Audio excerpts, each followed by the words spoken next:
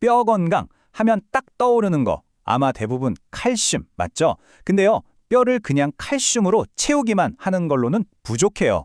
오늘은 뼈를 제대로 짓는 법, 그러니까 뼈 건강에 대한 완전히 새로운 청사진을 보여드릴게요. 바로 시작합니다. 에이, 당연히 칼슘이지. 아마 이렇게 생각하셨을 거예요.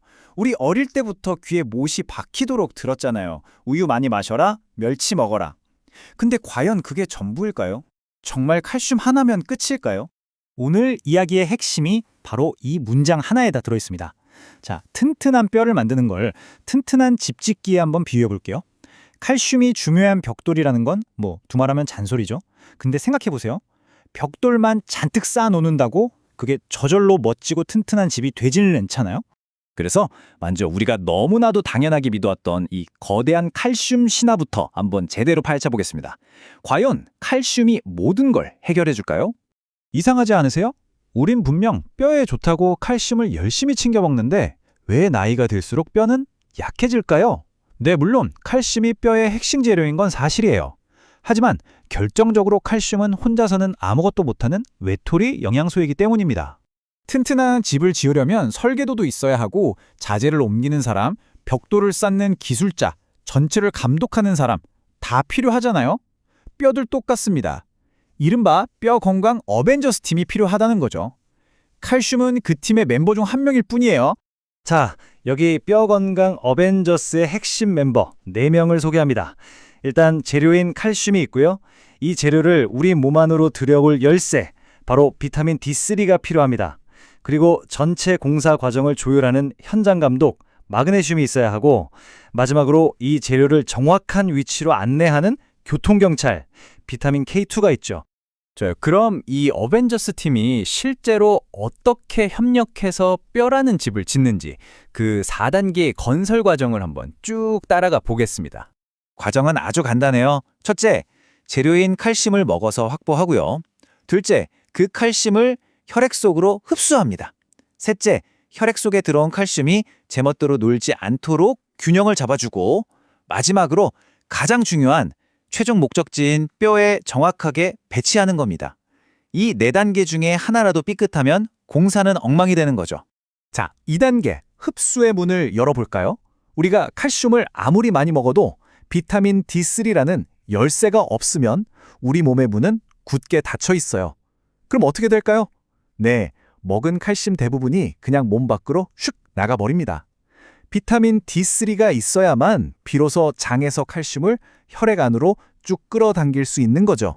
그런데 진짜 큰 문제가 있습니다. 이 숫자 한번 보세요. 우리나라 성인 10명 중 9명이 이 중요한 열쇠, 비타민 D가 부족한 상태라고 합니다. 이건 최고급 벽돌을 잔뜩 사다 놓고 공사장 문이 잠겨서 들어가지도 못하는 거나 마찬가지인 상황인 거죠. 3단계 균형을 책임지는 현장 감독, 바로 마그네슘입니다.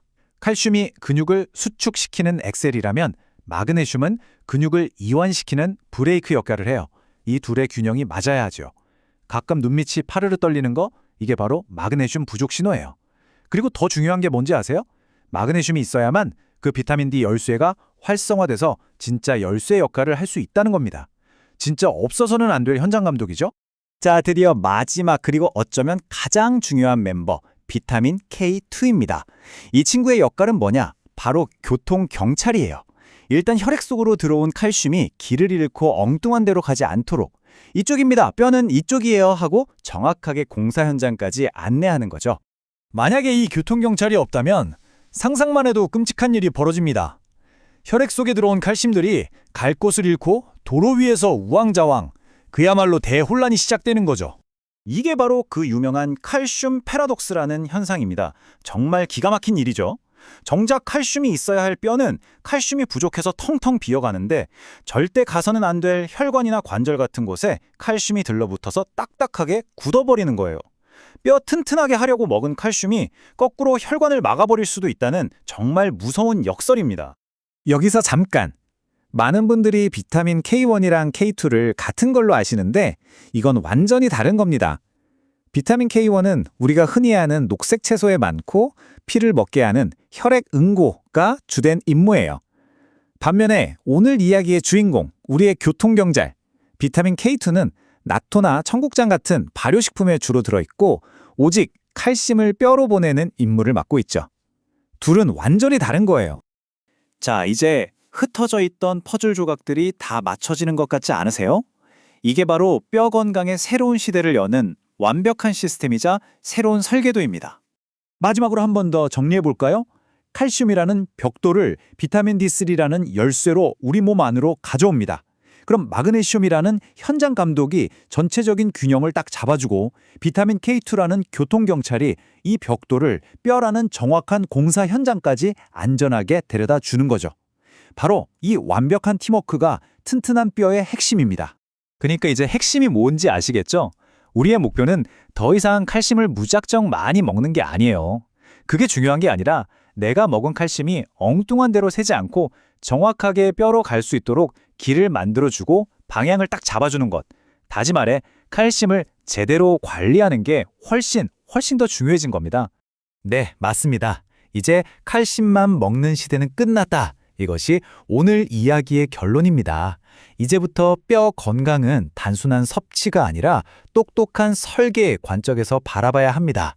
여러분의 뼈를 위한 새로운 청사진, 오늘부터 한번 시작해 보시는 건 어떨까요?